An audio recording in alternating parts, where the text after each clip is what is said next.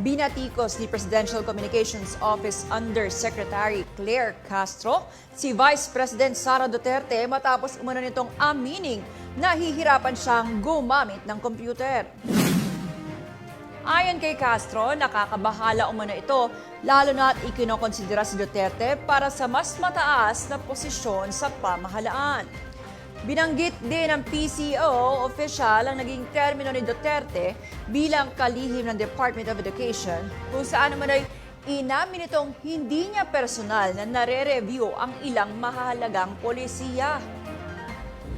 Siya magpapatunay niyan. Inamin niya mismo na siya ay hindi marunong gumamit ng computer. Yun ang nakakaalarma dahil nais niyang maging pangulo. Pero paano siyang magkakaroon ng tamang pagpapasya? Ni paggamit ng computer ay hindi niya alam. Pati yung matatag curriculum, hindi niya ito kayang i-review. Sabi niya, wala siyang alam. Kaya niya lang gawin ay magpupok ng tao.